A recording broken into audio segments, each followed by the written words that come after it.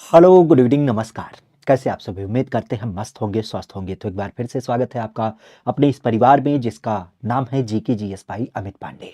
खासा आज के संबंध की अगर बात की जाए तो आप भी जानते हैं कि राज्य स्पेशल परीक्षाओं को पूरी तरीके से आधारित करता हुआ यह सेशन आपको मिलता है, जहां पे राज्य से संबंधित कई सारे प्रश्नों की विशेष श्रृंखला को हम यहाँ पे आपके साथ क्या करते हैं, चर्चा करते हैं। तो चलेगा, आज के विषय श्रृंखला की शुरुआत हो चुकी है। बेसिकली आप लोग भी इस सेशन में जुड़ चुके हैं, तो एक एक क्रम, एक एक बिंदुओं की शुरुआत यहां से करते हैं।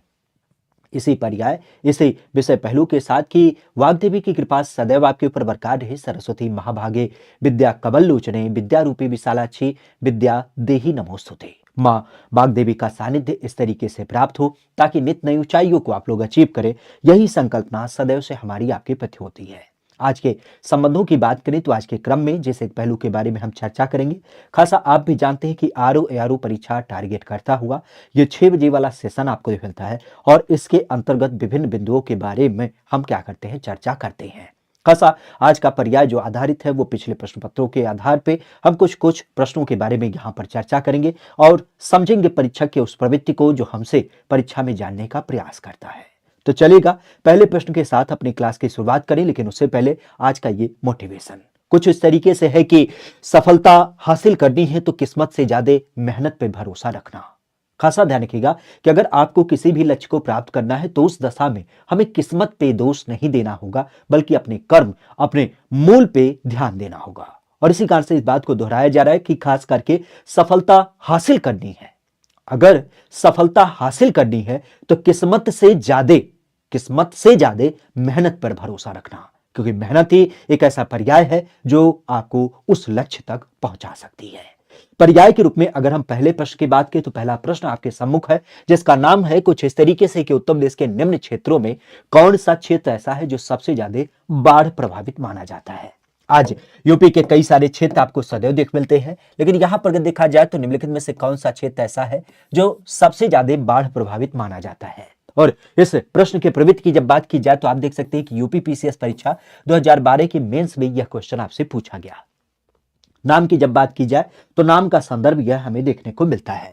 पश्चिमी क्षेत्र के रूप में होगा, पूर्वी क्षेत्र के रूप में होगा, या फिर आपके मध्य क्षेत्र, या फिर आपके उत्तरी क्षेत्र। कौन सा एक ऐसा क्षेत्र है जहां पर सबसे ज्यादा बाढ़ का प्रभाव हमें देखने को मिलता है। आज बाढ़ की जब बात की जाए तो बाढ़ की अवस्थिति हमारे यूपी के अंदर पूरी तरीके से देखने को मिलती है और ये काफी गंभीर समस्या है, क्योंकि इससे आज अगर हम पूरे यूपी की बात करें तो यूपी का एक बड़ा क्षेत्र क्या होता है, प्रभावित आपको देखने मिलता है। तो उसी यूपी को आधारित करते हुए ये पूछा जा रहा है कि अगर हम यूपी की बात कर रहे हैं तो कौन सा क्षेत्र ऐसा होता है जिसमें सबसे ज्यादा आज आपको बाढ़ का प्रभाव देखने को मिलता है। इसका सही प्रत्युत्तर क्या होगा? अगर इसकी बात की जाए तो इसका संदर्भ हमें देख मिलता है। खासा आज के संदर्भ की जब बात की जाए तो यहां पर किसका नाम होगा, तो आप भी जानते हैं हमारी यूपी की जो एक विशेष बनावट है, अगर इससे यूपी की बनावट की बात करें तो यह कुछ हमारा यूपी होता है। और इस यूपी की जब बात की जाए तो यूपी में अलग अलग प्रकार की हमारे मृदा अपरदन को प्रभावित करने वाले कई सारे कारक होते हैं। जैसे आपने सुना होगा ये जो पश्चिमी क्षेत्र होता है, यहां पर क्या होता है, यहां पर शुष्क और गर्म हवाएं चलती हैं और शुष्क और गर्म हवाएं चलने की वजह से खास करके यूपी का जो पश्चिमी क्षेत्र है, यूपी का ये वाला जो पश्चिमी क्षेत्र है, इस पश्चिमी क्षेत्र की जब बात की जाए तो इसमें मृदा अपरदन के परिक्षेत्र में आपने सुना होगा परत अपरदन का नाम। इसके अलावा अगर यहां पर थोड़ा सा लोकेशन की बात की तो ये वाला लोकेशन आपने कई बार सुना होगा, क्योंकि यहां पर एक नदी होती है जिसका नाम है चंबल। और चंबल के द्वारा क्या होता है, चंबल के द्वारा आपने सदैव सुना होगा कि जो हमारा इटावा का लोकेशन है, इस इटावा के लोकेशन में क्या होता है, एक अवनालिका अपरदन देखने को मिलती है। तो अवनालिका अपरदन की जब बात की जाए तो ये कहां पे दिख मिलता है, तो ये चंबल नदी के द्वारा इटावा में दिख मिलता है, जिसको हम गली इरोजन के रूप में भी जानते हैं। जबकि पश्चिमी क्षेत्र की जब बात की जाए तो पश्चिमी क्षेत्र में शुष्क और गर्म हवाएं चलती है, इस कारण से परत अपरदन होता है। परत अपरदन का यही क्षेत्र जब आपके मध्य हिस्से में जाता है तो इसको किसान समझ नहीं पाता है, और समझ नहीं पाता है तो इसको हम क्या कहते हैं, समतल क्षेत्र में मृदा अपरदन।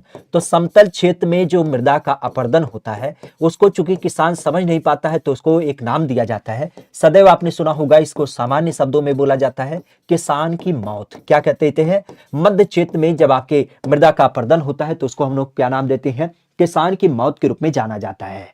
आगे चलते जब हम बढ़ते जाते हैं तो फिर हम देखते हैं कि हमारे यूपी का ये वाला जो हिस्सा है, खास करके जिसको हम पूर्वांचल के रूप में जानते हैं, क्योंकि ये थोड़ा सा समतल क्षेत्र होता है और यहाँ पर कई सारी नदियों का बहाव क्षेत्र आपको दिख मिलता है। यहाँ से नदियां निकलती हैं, यहाँ हिमालय भाग से नदियां, और इन सारी नदियों का जो एक पानी का जमावड़ा होता है वो यहाँ पे होता है। जब एक साथ कई नदियों का पानी इकट्ठा हो जाता है तो आप कह सकते हो कि ये पूरा क्षेत्र क्या हो जाता है, कह सकते हो कि पानी सोख लेता है, और पानी सोखने की वजह से यहाँ की मिट्टी क्या हो जाती है, उलफुल हो जाती है, और जैसे जैसे पानी का बहाव बनता जाता है उस तरीके से यहाँ पर क्या होता है, यहाँ पर मिट्टी का बहाव भी दिख मिलता है।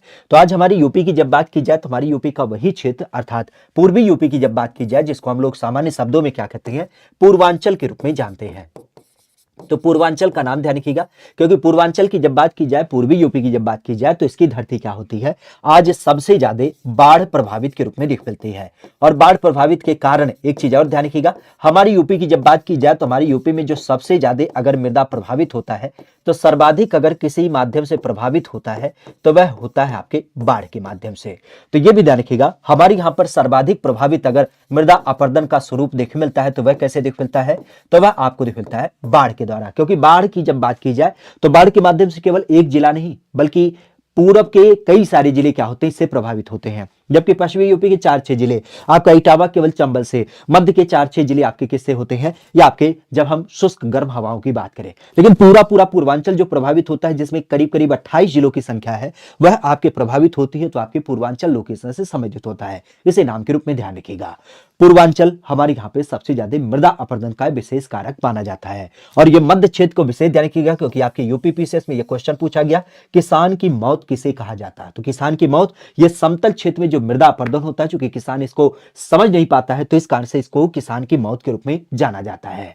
और पश्चिमी क्षेत्र की जब बात की जाए तो इसका संदर्भ कहां पे होगा, तो आप कह सकते हो कि जैसे मथुरा नाम का जिला हो गया, या फिर आपका आगरा नाम का जिला हो गया, या फिर आपका जो झांसी नाम का जिला है, इन सारी जिलों की जब बात की जाए तो यहां पर क्या होता है, पश्चिमी क्षेत्र में जो राजस्थान के साथ आने वाली गर्म शुष्क हवाएं होती हैं उनके माध्यम से मृदा अपरदन बेसिक आपको दिख मिलता है। आगे बढ़ते हैं।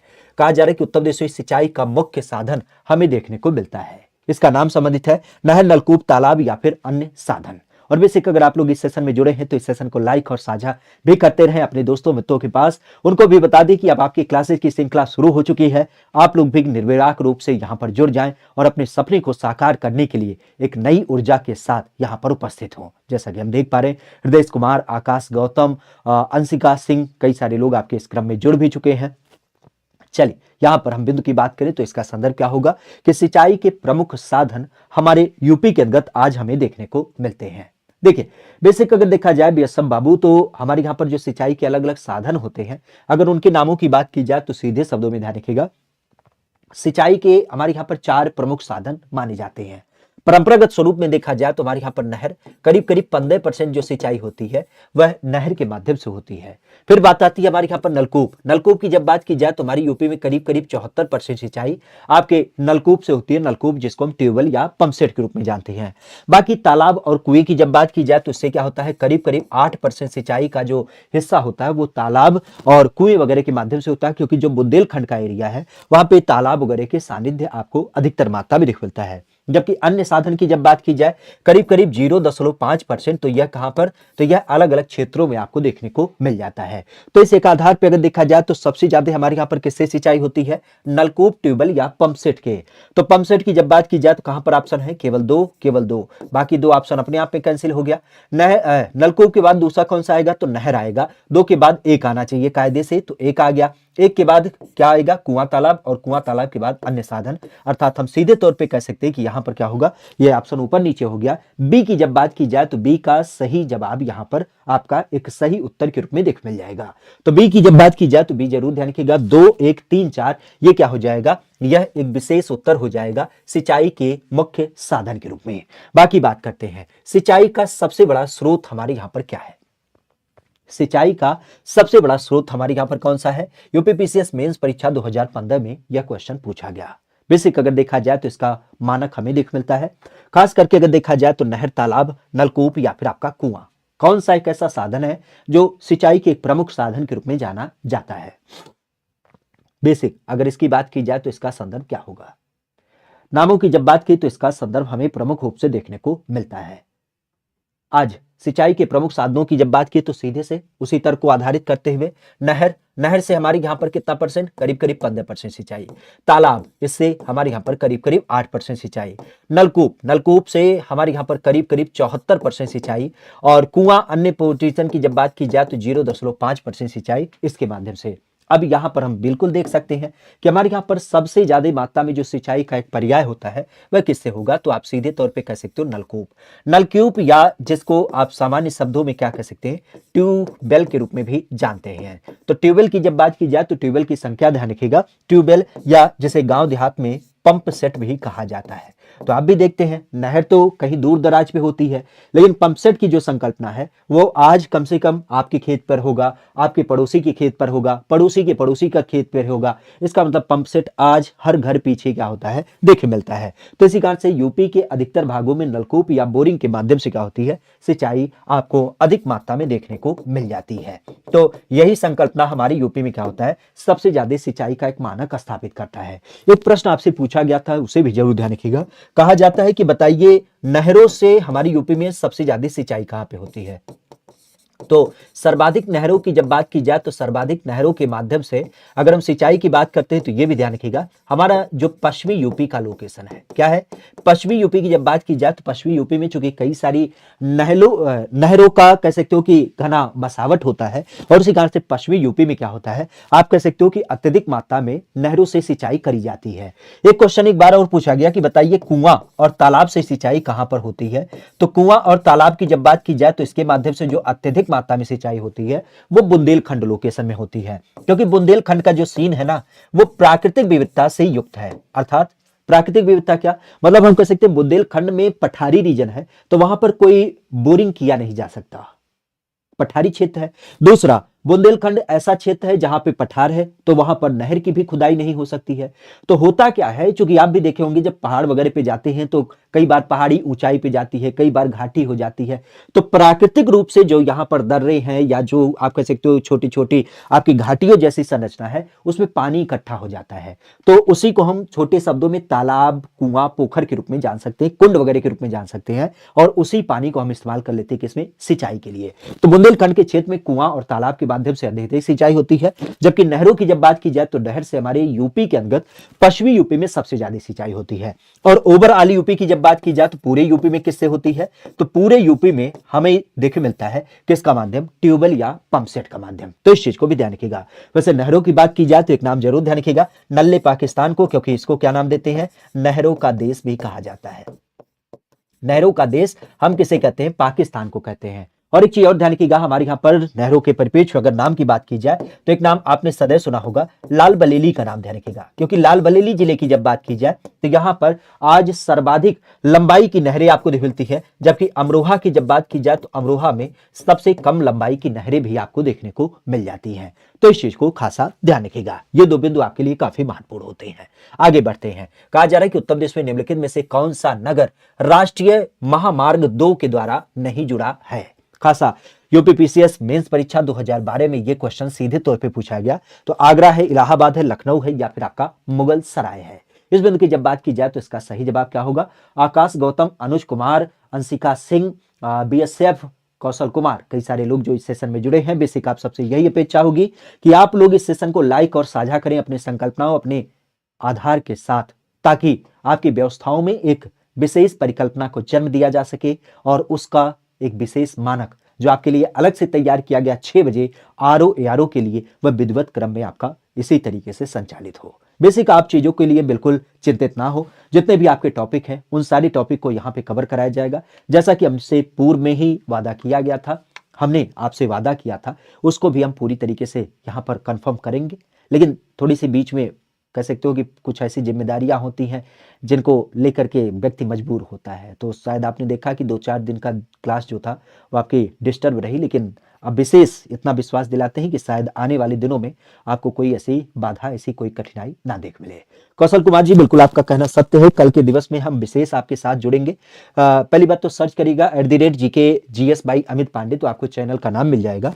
और जैसा कि हमने आपसे पूर्व में ही वादा किया था, लेकिन फिर से आपको बता दें कि आरओ परीक्षा को आधारित करते हुए पहली बार हम आपके साथ थ्योरी स्पेशल यूट्यूब के माध्यम से करेंगे। और इस बिंदु की जब बात की जाए तो इस बिंदु को लेकर के आप इस सेशन को लाइक करते हुए रिमाइंडर जरूर सेट कर लीजिए, क्योंकि कल रात 9 बजे से क्या होगा, इसकी सेशन की श्रृंखला आपके साथ रखी जाएगी। हृदय कुमार जी, ये आपके लिए भी महत्वपूर्ण है।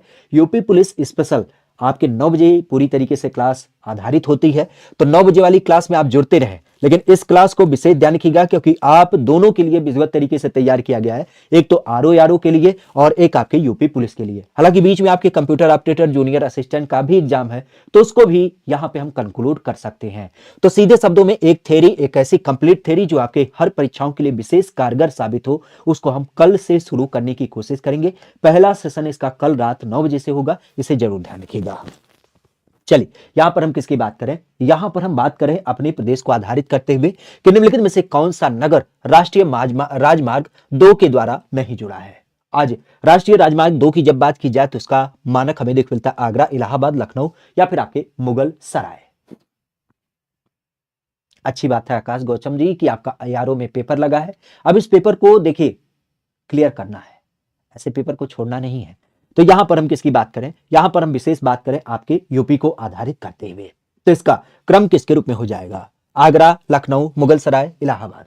तो सीधे शब्दों में आप भी जानते हैं कि इसका संदर्भ क्या होगा, इसका संदर्भ होगा इलाहाबाद, क्योंकि इलाहाबाद की जब बात की जाए तो इलाहाबाद इससे नहीं जुड़ा है, आगरा इससे जुड़ा है, लखनऊ इससे जुड़ा है और ये मुगल सराय भी इससे जुड़ा हुआ है। खास आपने सुना होगा NH national highway 2, national highway 2 की जब बात की जाए, NH2 की जब बात की जाए, जिसके परिपेक्ष को आप सदैव जानते हैं किसके रूप में देख मिलता है। कई बार आपने इसके नाम को भी सुना होगा, जिसको हम नाम भी दे देते हैं, कई बार GT रोड भी कह देते हैं। खासा अगर देखा जाए तो आपने सुना होगा यह यूपी का क्या है, यूपी की जब बात की जाए तो यूपी का ये सबसे लंबा रोड भी माना जाता है। तो यूपी का जो सबसे लंबा रोड माना जाता है, जिसको हम NH2 के रूप में जानते हैं, ये खासा ध्यान रखिएगा। अगर इस बिंदु की बात की जाए तो इस बिंदु को लेकर के खासा ध्यान रखिएगा, यह यूपी का सबसे लंबा है। हालांकि अब इसका नाम परिवर्तित कर दिया गया है, अब इसको NH19 भी कहा जाता है। GT रोड के बारे में आपने सदैव सुना होगा, क्योंकि इसको शेर शाह सूरी के द्वारा बनवाया गया था। और क्रम की जब बात की जाए तो ये तो बिहार से लेकर के बना है और बिहार से लेकर के आपके अफगानिस्तान तक इसका पूरा विस्तार है। तो इसकी जब बात की जाए तो इलाहाबाद को नहीं कनेक्ट करता है। वैसे बिंदुओं की जब बात की जाए तो एक और ध्यान रखिएगा, NH7 आपने सदैव सुना होगा। NH7 की जब बात की जाए तो NH7 क्या है, ये देश का सबसे लंबा हाईवे है। परिपेक्ष की जब बात की जाए तो ये खासा ध्यान रखिएगा, अब इसका भी नाम परिवर्तित कर दिया गया है, इसका नाम NH44 कर दिया गया है। हालांकि आपके अभी लेखपाल का पेपर हुआ था तो उसमें नए नाम को नहीं पूछा था, इस चीज को जरूर ध्यान रखिएगा, उसमें पुराने नाम को पूछा था। तो ये थोड़ा सा नामों को ध्यान रखिएगा। ये नाम कब परिवर्तित किए गए थे, तो ये नाम परिवर्तित किए गए हैं, जो नए नाम है ये 2018 में परिवर्तित किए गए हैं। 2018 में नए नामों को परिवर्तित किया गया है। पूर्व नाम की जब बात की जाए तो NH2 जो आपके यूपी का सबसे लंबा है और NH7 जो आपके देश का सबसे लंबा है। वर्तमान सड़क की बात की जा रही है तो आप भी जानते हैं नितिन गडकरी का नाम ध्यान रखिएगा, क्योंकि यह क्या है, ये वर्तमान में हमारे सड़क परिवहन मंत्री के रूप में जाने जाते हैं। अच्छा, सड़कों की जब बात की जा रही है तो एक बिंदु और ध्यान रखिएगा, हमारे यूपी में आपने कई बार सुना होगा राजमार्गों का चौराहा, ये क्वेश्चन कई बार पूछा गया है। राजमार्गों का चौराहा किसे कहा जाता है, तो राजमार्गों का चौराहा ध्यान रखिएगा, ये हम लोग कानपुर नगर को कहते हैं। और इसी तर्ज पर अगर देखा जाए तो एक नाम आपने सुना होगा झांसी के बारे में, क्योंकि झांसी नगर की जब बात की जाए तो इसका परिपेक्ष किस रूप में जाना जाता है, इसको हम कहते हैं उत्तर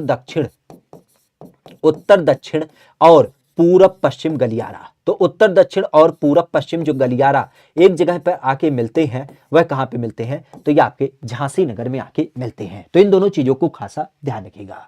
बिंदु की जब बात की जाए तो ये राजमार्गों का कॉन्सेप्ट बिल्कुल आपके आसानी से समझ में आना चाहिए, क्योंकि हमारी यूपी से संबंधित जो आपके क्वेश्चन बनते हैं सबसे लंबे को लेकर बनता है, फिर राजमार्गों के चौराहे को लेकर के बनता है और फिर ये आपका बनता है आपके उत्तर दक्षिण पूरब पश्चिम गलियारे को लेकर के। इवन एक बिंदु और ध्यान रखिएगा, क्योंकि आज हम यूपी की बात करें तो यूपी के बारे में आपने कई बार सुना होगा, यूपी को हम लोग क्या कहते हैं, एक्सप्रेस वे प्रदेश के रूप में भी जानते हैं, एक्सप्रेस वे प्रदेश के रूप में भी जानते हैं, क्योंकि आज वर्तमान में यूपी में कुल 13 एक्सप्रेस वे भी आपके बनाए जा रहे हैं, जिनमें 6 बन चुके हैं और खास करके अगर देखा जाए तो फिर क्या होगा, 7 आपके बनाए जा रहे हैं। ठीक है, तो इस चीज को ध्यान रखिएगा। आगे बढ़ते हैं। कहा जा रहा है कि GT रोड नहीं गुजरती है। खासा यूपी PCS मेंस परीक्षा 2007 में ये क्वेश्चन पूछा गया, ये इलाहाबाद से, आगरा से, अलीगढ़ से या फिर आपके बनारस से। GT रोड की जब बात की जाए तो GT रोड कहां से नहीं गुजरती है। बेसिक अगर देखा जाए संदर्भों की जब बात की जाए तो यहाँ पर जो लोग आपके जुड़े हैं कम से कम एक काम करिएगा कि इस सेशन को लाइक और साझा भी करिएगा। बाकी बिंदु के रूप में आरबी पंडित कह रहे हैं कि 9 बजे वाला सेशन है का? अय गुरु, घड़ी देखो 9 बज रहा है, 9 नहीं बज रहा है, ठीक है, अभी ये 6 बज रहा है, 9 बजे वाला सेशन 9 बजे आपका होगा, ठीक है। जीटी रोड नहीं गुजरती है। जीटी रोड के बारे में आपने सदैव सुना होगा, जिसको हम क्या बोलते हैं अपने शब्दों में ग्रैंड ट्रंक रोड के रूप में जानते हैं। किसके द्वारा बनवाया गया था? तो इसके बारे में आपने सदैव सुना होगा। जब हम नाम देते हैं शेर शाह सूरी, शेर शाह सूरी, तो शेर शाह सूरी की जब बात की जाए तो शेर शाह सूरी के द्वारा इसको क्या किया गया था? बनवाया गया था। आज बिंदु की जब बात की जाए तो इसका संदर्भ ध्यान रखिएगा, ग्रैंड ट्रंक रोड या फिर जिसको हम जीटी रोड के रूप में जानते हैं, शेर शाह सूरी के द्वारा बनवाया गया। बिंदु की जब बात की जाए तो ये कहां से कहां तक है? तो आप भी जानते हैं ये बिहार से लेकर के आपके अफगानिस्तान तक इसका विस्तार है। अफगानिस्तान, बिहार से लेकर के अफगानिस्तान की जब बात की जाए तो वहां तक इसका क्या है? पूरा पूरा विस्तार आपको देखने को मिलता है। अब इसके बारे में अगर कहा जाए तो जीटी रोड नहीं गुजरती है। कहां से नहीं गुजरती है? इलाहाबाद से, आगरा से, अलीगढ़ से या फिर आपके बनारस से। बिंदु की जब बात की जाए तो इसका संदर्भ किससे होगा? तो जीटी रोड के बारे में खासा ध्यान रखिएगा। अगर इस बिंदु की बात की जाए तो इसका संदर्भ क्या होगा? तो अभी हमने पीछे ही देखा था। अगर इस बिंदु की बात की जाए तो इसका संदर्भ ध्यान रखिएगा, ये बनारस से गुजरती है, ये आपके आगरा से भी गुजरती है। इसकी जब बात की जाए तो ये आपके इलाहाबाद से गुजरती है, यह आपके अलीगढ़ से गुजरती है। तो इसका संदर्भ क्या होगा? जीटी रोड खासा ग्रैंड ट्रैक रोड के रूप में जाना जाता है और ये काफी महत्वपूर्ण रोड माना जाता है क्योंकि उस टाइम पे ये रोड बनाया गया जब हमारे यहाँ पर तकनीकी का कोई विकास नहीं था। मतलब आप कह सकते हो कि बिल्कुल शून्य तकनीकी हमारे पास थी, तब हमने एक ऐसे रोड को बनाया है जो आज भी हमारी कनेक्टिविटी को एक विशेष आधार प्रदान करता है। वैसे सड़कों की बात की जा रही है तो एक नाम ध्यान रखिएगा, जो आजकल नई नई प्रकार की सड़कें बनाई जा रही हैं, जैसे प्लास्टिक सड़क, कहां पर? आपके बरेली में।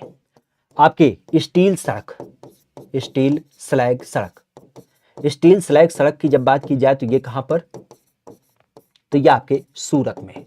सड़कों की जब बात की जाए तो यहीं पे नाम ध्यान रखिएगा, बोलती सड़क, बोलती सड़क, ये कहां पर? तो बोलती सड़क आपके राजधानी लखनऊ के अंतर्गत। और एक नाम ध्यान रखिएगा, सफेद सड़क, सफेद सड़क, ये कहां पे बनाई जा रही है?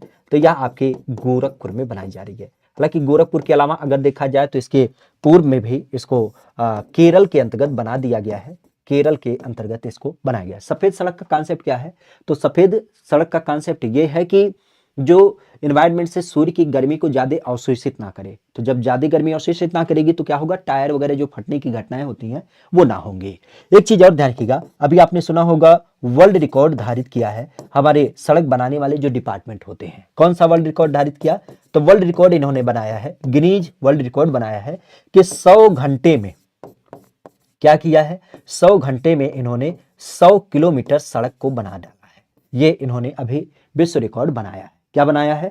100 घंटे में 100 किलोमीटर की सड़क को बनाया है। यह world record Guinness world book of record में इन्होंने रिकॉर्ड दर्ज किया। और ये कहां से बना है? तो दिल्ली से मेरठ की जब बात की जाए, कहां से? दिल्ली से मेरठ की जब बात की जाए तो दिल्ली से मेरठ के बीच में इन्होंने क्या किया है? इस सड़क को बनाया है। तो इस चीज को खासा ध्यान रखिएगा। बहरहाल यहां पे अगर देखा जाए तो इसका सही जवाब क्या होगा? तो इसका जवाब होगा आपके इलाहाबाद से, क्योंकि अभी हमने पीछे चर्चा किया था किसके बारे में कि राष्ट्रीय राजमार्ग यानी संख्या 2 की जब बात की जाए तो ये इलाहाबाद से नहीं गुजरती है। तो यहीं पर ध्यान रखिएगा, अगर बिंदु की बात की जाए तो यहां पर क्या होगा? इलाहाबाद से यह बिंदु आपको देखने को मिल जाता है। आगे बढ़ते हैं। यमुना एक्सप्रेसवे, यह प्रमुख रूप से हमें देखने को मिलता है। यमुना एक्सप्रेसवे की जब बात की जाए तो यह प्रमुख रूप से हमें देखने को मिलता है। आज बिंदु की जब बात की जाए तो इसका संदर्भ होगा, खासा ध्यान रखिएगा, यूपीपीसीएस परीक्षा 2012 में यह क्या किया गया? एक बार फिर से पूछा गया। नाम को आधारित करते हुए अगर देखा जाए तो यह होता है नोएडा, ग्रेटर नोएडा, या ग्रेटर नोएडा आगरा तक, या लखनऊ से इलाहाबाद तक, या फिर आपके आगरा से इलाहाबाद तक। बिल्कुल अनुज कुमार जी, बिल्कुल आपका कहना सत्य है। हमारे यहाँ पर 2-3 डिपार्टमेंट ध्यान रखिएगा। एक आपने नाम सुना होगा किसके बारे में? PWD department. पीडब्ल्यूडी डिपार्टमेंट की जब बात की जाए तो एक डिपार्टमेंट होता है सीपीडब्ल्यू डिपार्टमेंट, जिसको हम कहते हैं सेंट्रल पब्लिक वर्क डिपार्टमेंट, केंद्रीय लोक निर्माण विभाग, जो बड़े स्तर के राष्ट्रीय राजमार्ग वगैरह होते हैं उनका निर्माण करती है।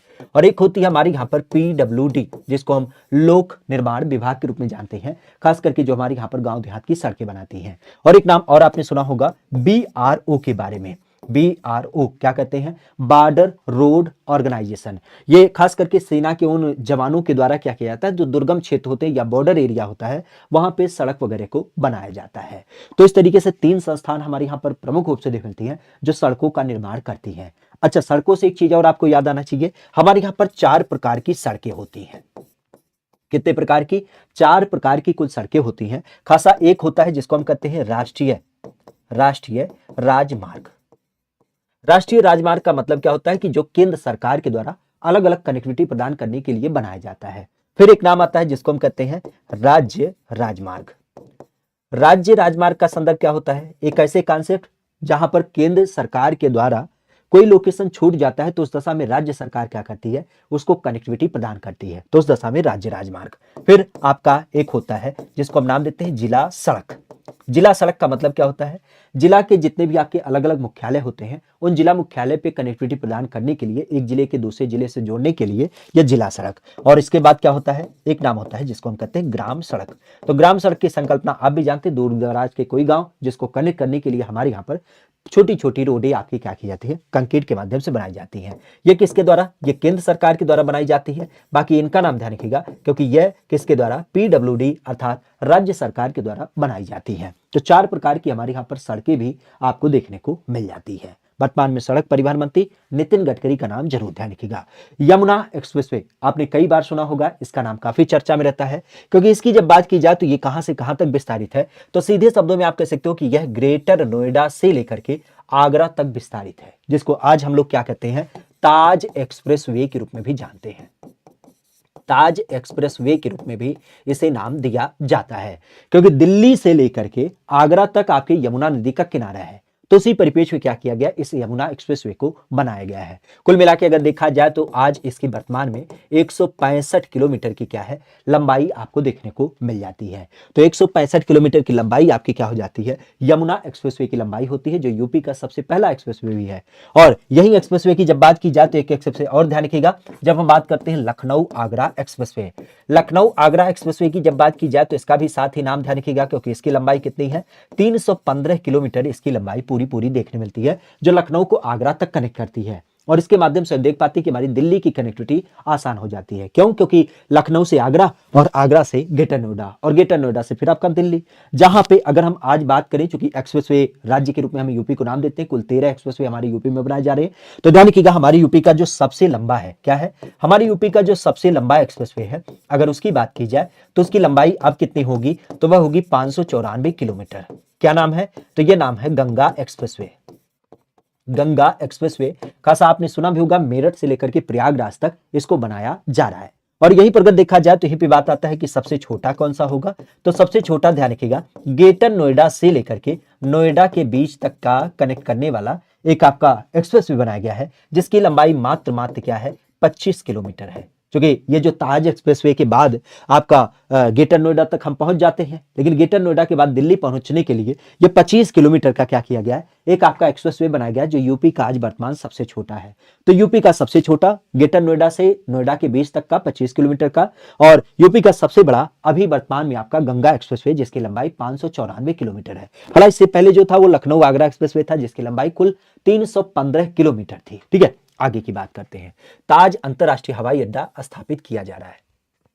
ताज अंतरराष्ट्रीय हवाई अड्डे की जब बात की जाए तो यह आपका स्थापित किया जा रहा है। बेसिक कहां पर, यूपीपीसीएस परीक्षा 2004 में यह क्वेश्चन पूछा गया। देखिए, जितने भी प्रश्न है ना, सारे मानक के ऊपर आधारित है, और इन सारे प्रश्नों की जब बात की जाए तो इन सारे प्रश्नों का एक विशेष अंदाज ये है कि कहीं न कहीं आपके प्रीवियस प्रश्न पत्रों की श्रृंखला में ये जरूर आपके साथ आए हैं, और उन्हीं के आधार पर हम अपने आप को व्यवस्थित कर पाते हैं, हम अपने आप को रेखांकित कर पाएंगे कि आने वाले दिनों में परीक्षा का मोड क्या है, और कहीं न कहीं उससे संबंधित कौन कौन से प्रश्न आपके बनते हैं। तो बिंदु की जब बात की जाए, बीएसएफ जी, अनुज कुमार, अनिरुद्ध यादव, अंशिका सिंह, पवन कुशवाहा, आकाश गौतम, आप लोग क्लास में बने हैं, बहुत अच्छी बात है।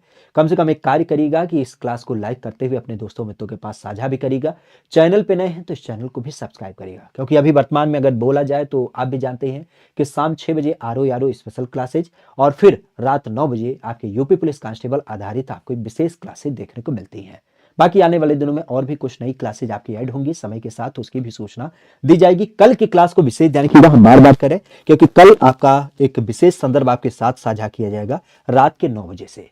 रात के 9 बजे की जब बात की जाए तो कल हम थ्योरी के बारे में पूरी चर्चा करेंगे, क्योंकि आपके कई सारे एग्जाम अब पैरेलल लग चुके हैं और जिसमें यूपी जीके का एक विशेष आधार है, चाहे वो आरओ की परीक्षा हो, चाहे यूपी पुलिस की परीक्षा हो, या फिर कंप्यूटर ऑपरेटर हो, या जूनियर असिस्टेंट हो, इन सारी परीक्षाओं को आधारित करते हुए अंतरराष्ट्रीय हवाई अड्डा, ताज अंतरराष्ट्रीय हवाई अड्डा। बेसिक अगर देखा जाए तो इसका नाम हमारा संबंधित है।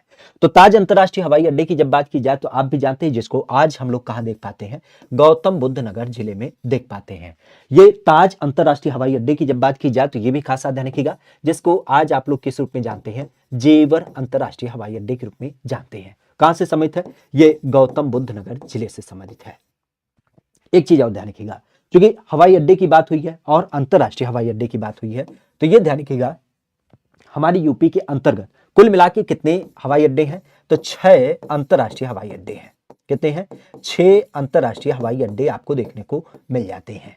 कहां कहां से संबंधित है, तो खासा ध्यान रखिएगा, हमारी यूपी की जब बात की जाए तो एक नाम ध्यान रखिएगा, एक आपका राजधानी लखनऊ में, राजधानी लखनऊ की जब बात की जाए, जहां पे आपने चौधरी चरण सिंह के बारे में सुना होगा, चौधरी चरण सिंह के नाम पे एक आपका हवाई अड्डा आपने सुना होगा, चौधरी चरण सिंह हवाई अड्डा, अंतरराष्ट्रीय हवाई अड्डा।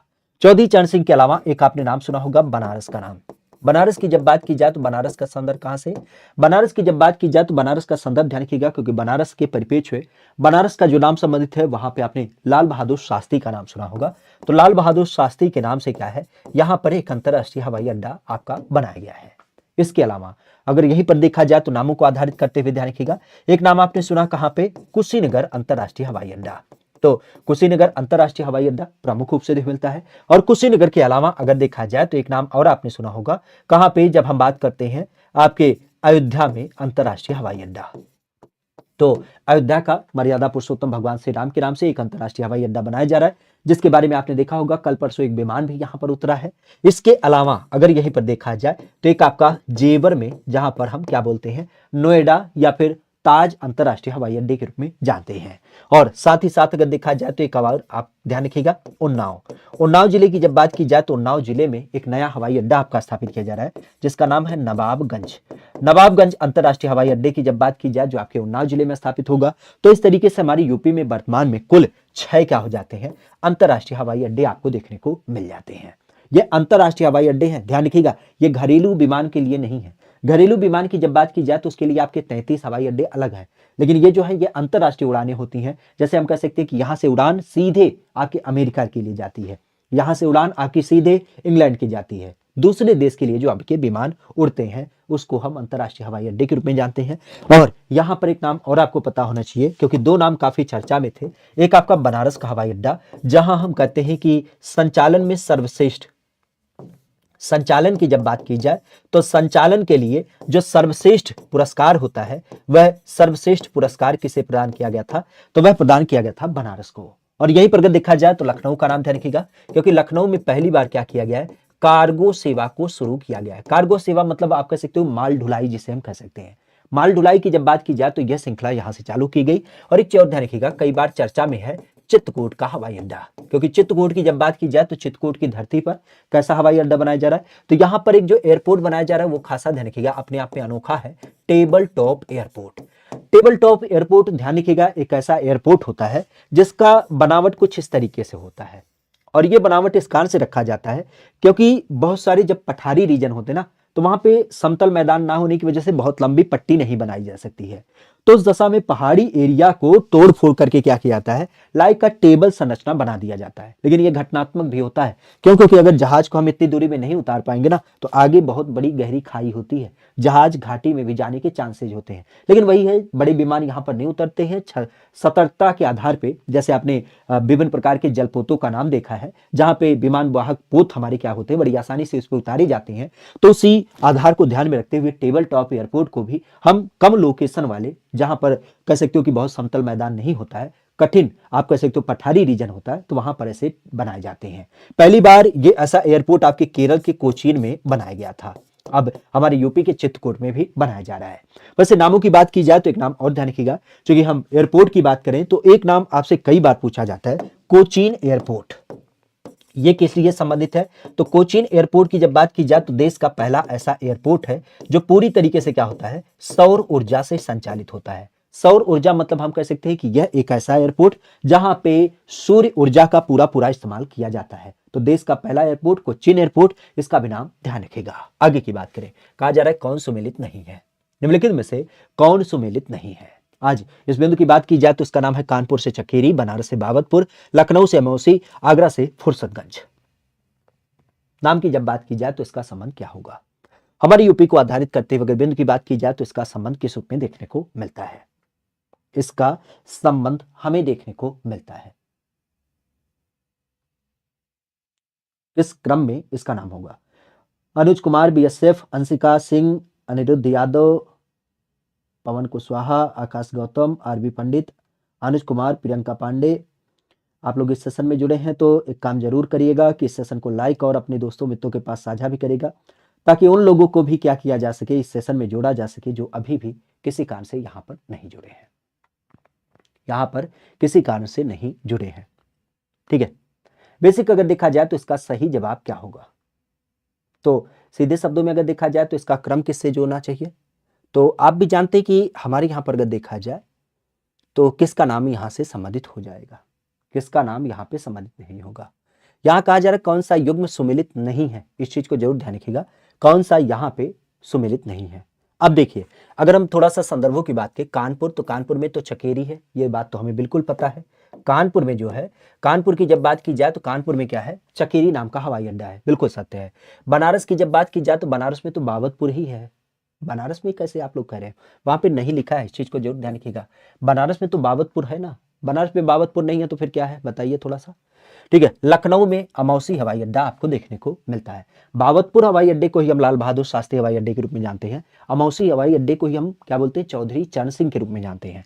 आगरा का नाम ध्यान रखिएगा क्योंकि आगरा में ये फुर्सतगंज नहीं है, क्योंकि फुर्सतगंज की अगर हम बात करें तो ये शुद्ध रूप से आप जानते हैं कहां से संबंधित है, हमारी यूपी के लाल बरेली से संबंधित है। ठीक है, तो लाल बरेली की जब बात की जाए तो इसका नाम ध्यान रखिएगा क्योंकि लाल बरेली से आपका फुर्सतगंज का संबंध होगा।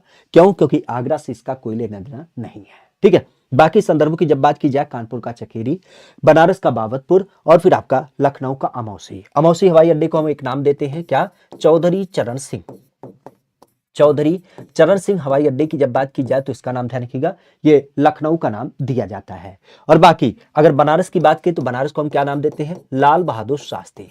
तो लाल बहादुर शास्त्री की जब बात की जाए तो लाल बहादुर शास्त्री अंतरराष्ट्रीय हवाई अड्डे को हम कई बार क्या बोलते हैं, बाबतपुर अंतरराष्ट्रीय हवाई अड्डे के रूप में भी जानते हैं। ठीक है, तो इस चीज को ध्यान रखिएगा, कानपुर का चकेरी है, बाकी बनारस का बाबतपुर होता है, और साथ ही साथ अगर देखा जाए तो लखनऊ का अमौसी। इलाहाबाद की बात की जाए तो इलाहाबाद प्रयागराज में जो है उसके बारे में आपने सुना होगा। प्रयागराज की जब बात की जाए तो प्रयागराज में कौन है, प्रयागराज में आपने सुना होगा यहां पर बमरौली पड़ता है, बमरौली। और बमरौली के अंतर्गत आपने कई बार सुना होगा क्योंकि बमरौली में क्या किया जाता है, लोगों को पायलट का जो प्रशिक्षण नहीं होता है, मतलब जहाज चलाने की ट्रेनिंग, तो यह बमरौली में क्या होता है, एक हमारे यहाँ पर पायलट प्रशिक्षण केंद्र भी है। इवन इसी के तर्ज पर फुर्सतगंज लाल बरेली की जब बात की जाए तो यहाँ पे आपने नाम भी सुना होगा। जब हम राजीव गांधी की बात करें तो राजीव गांधी के नाम से एक हमारे यहाँ पर क्या है, केंद्रीय विमानन विश्वविद्यालय भी आपको देखने को मिल जाता है। तो केंद्रीय विमानन विश्वविद्यालय की जब बात की जाए तो इसका भी नाम ध्यान रखिएगा, यह भी आपको यहीं पर देख मिलता है जहां पे पायलट बनने वाले लोगों को क्या किया जाता है, प्रशिक्षण वगैरह दिलाया जाता है। तो इस चीज को ध्यान रखिएगा। क्लियर, आगे की बात करते हैं। 2011 की जनगणना के अनुसार उत्तर प्रदेश के निम्नलिखित में से जनपदों में किसमें महिला साक्षरता दर सबसे कम है? महिला साक्षरता की जब बात की जाए तो यह आपको देख मिलता है। यूपीपीसीएस प्री परीक्षा 2018 में यह क्वेश्चन पूछा गया, और एक चीज ध्यान रखिएगा, पीसीएस स्तर की जो परीक्षा होती है, अगर हम यूपी की बात करें तो यूपी के परिप्रेक्ष्य में आप कह सकते हो कि एक बड़ा संदर्भ आपको जरूर देख मिलता है, जनगणना से क्वेश्चन पूछे जाते हैं। ठीक है, और अब आप परेशान मत होइए, आपके बड़े भाई आपके साथ हैं। ठीक है, जिन चीज़ों में आपका एक विशेष मानक है उसके लिए हम बिल्कुल तैयार हैं।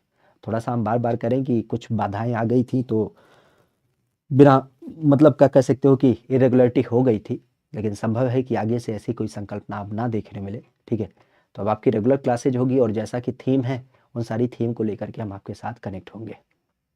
ठीक है, जो हमने पूर्व में वादा किया था टॉपिक वाइज एक एक चीज़ों को लेकर के आपके साथ कनेक्ट होने का, अब वह जमीन पे उतारने का समय आ चुका है। जल्द ही अब आपको एक एक टॉपिक एक एक दिन में मिलना चालू हो जाएगा थ्योरी बेस पे। पहले तो कल हम इस 9 बजे वाले सेशन के माध्यम से इस सेशन को देखेंगे, कुछ थ्योरी वाले पार्ट को यहाँ पे कवर करने की बात करेंगे और बाकी एक एक टुकड़े में एक एक पार्ट को कवर करते हुए, क्योंकि आपके परीक्षा का एक विशेष जो मानक है, देखिए जितनी हमसे हो पड़ेगी उसके लिए बिल्कुल निस्वार्थ मन से निस्वार्थ भाव से आपके लिए सदैव तत्पर हैं। ठीक है, हाँ बस आप सबसे ये अपेक्षा जरूर होगी कि आप लोग भी सेशन में जुड़ते हैं तो इस सेशन को भी लाइक और साझा और अपने दोस्तों मित्रों को जोड़ने का पूरा प्रयास करते रहें। बाकी बिंदुओं के साथ हम यहाँ पे बात करें कि किस एक जनपद में महिला साक्षरता दर सबसे अधिक है। सबसे पहली बात तो ये ध्यान रखिएगा, अगर हम बिंदु की बात करते हैं तो सबसे पहला बिंदु कब से है, पहला सेशन तो कल ही है गुरु, यहाँ पे ध्यान रखिएगा। जीके जीएस का 9 बजे रात को आपको मिल जाएगा। 62 लोगों ने देखो लाइक भी कर दिया है, आप भी जाके लाइव करके और रिमाइंडर सेट कर लीजिए, क्योंकि कल रात 9 बजे आपको विशेष देख मिलेगा आरओ यारो और यूपी पुलिस के लिए टारगेट करता हुआ थ्योरी वाला सेशन। एक अच्छा खासा मैराथन, कम से कम 2.5-3 घंटे का मैराथन होगा रात के 9 बजे से, तो इसमें जरूर जुड़िएगा। ठीक है, यहाँ पर हम किसकी बात करें, आपके साक्षरता की।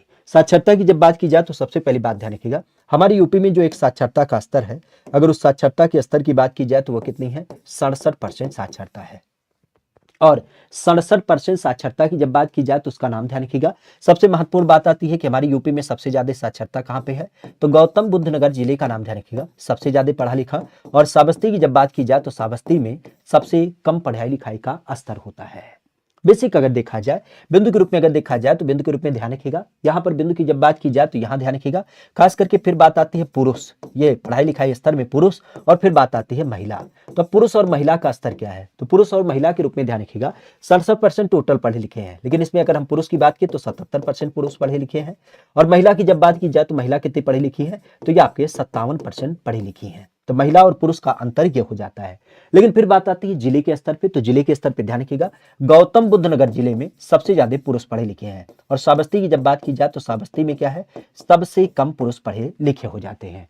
महिला की जब बात की जाए तो महिला सबसे ज्यादा कहाँ पढ़ी लिखी है, तो आपके कानपुर में पढ़ी लिखी है। और सबसे कम कहाँ पढ़ी लिखी है, तो आपके श्रावस्ती में आपकी महिलाएं पढ़ी लिखी हैं। और इसी कारण से आपने कई बार सुना होगा कि श्रावस्ती जिले की जब बात की जाए तो श्रावस्ती जिले को हम किस रूप में जानते हैं, श्रावस्ती जिले की जब बात की जाए तो श्रावस्ती जिले को हम लोग क्या मानते हैं, यहाँ पे अभी एक प्रोग्राम चालू किया गया था, स्कूल चलो अभियान।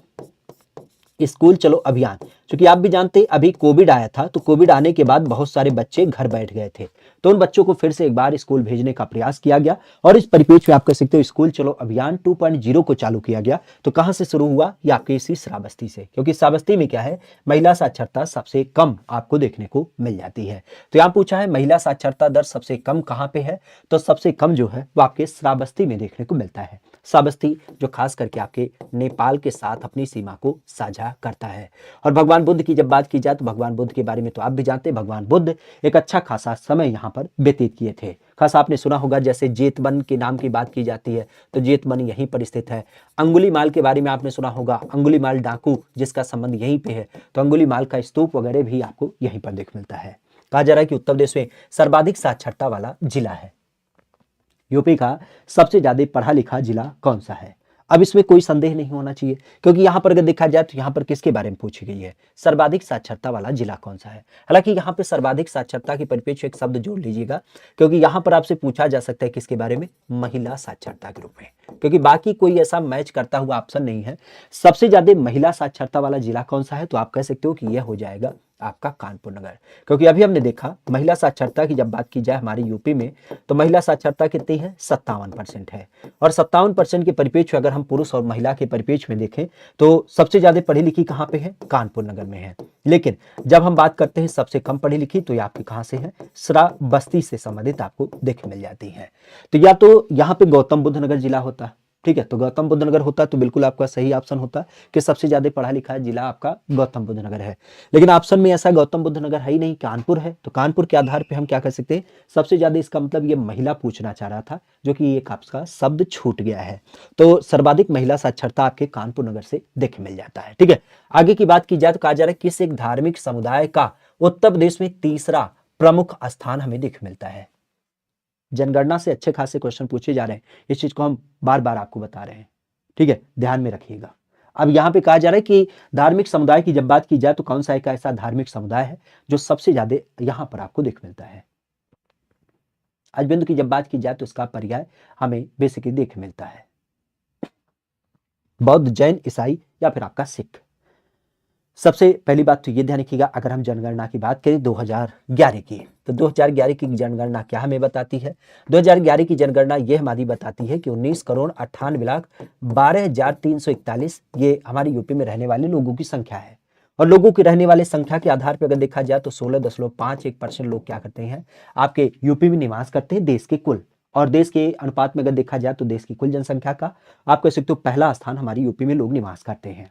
बेसिक अगर देखा जाए तो अब इसी परिपेक्ष में नाम ध्यान रखिएगा कि इसको आधारित करते हुए 2011 की जनगणना के अनुसार अगर हम व्यक्तियों की बात करें तो सबसे पहले तो आप भी ध्यान रखिएगा हिंदुओं की जब बात की जाए तो करीब करीब 80% लोग हमारे यहाँ पर हिंदू हैं। ठीक है, 80% लोग मतलब 79% लोग हिंदू हैं। ठीक है, फिर बात आती है हमारे यहाँ पर कौन से दूसरी जाति होते हैं, आपके मुस्लिमों की जब बात की जाए तो इनकी संख्या क्या है? इनकी संख्या करीब करीब 17 से 18% आपके मुस्लिमों की है। मुस्लिम के बाद हमारे यहां पर आते हैं किसका नाम? सिख। और सिख के बाद अगर देखा जाए तो सिख के बाद कौन आते हैं? सिख के बाद हमारे यहां पर आते हैं ईसाई के बाद जैन के बाद आपके बौद्ध। तो ये हमारे यहां पर क्या होता है, जातियों का एक विशेष अनुपात आपको देखने को मिल जाता है। 6 जातियां विशेष ध्यान रखिएगा जो हमारी यूपी में विशेष रूप से पाई जाती हैं। सबसे ज्यादा हिंदू हैं और सबसे कम आपके बौद्ध होते हैं। तीसरे नंबर पे सिख आपको देख मिलता है। तो हिंदू, मुस्लिम, सिख, ईसाई, जैन और फिर आपका बौद्ध। यहाँ पे किसके बारे में पूछा गया है? तीसरा प्रमुख कौन है? तो तीसरा प्रमुख जो है वो क्या नाम होता है? उसका नाम होता है सिख। सिख की जब बात की जाए तो इसका नाम खासा ध्यान रखिएगा,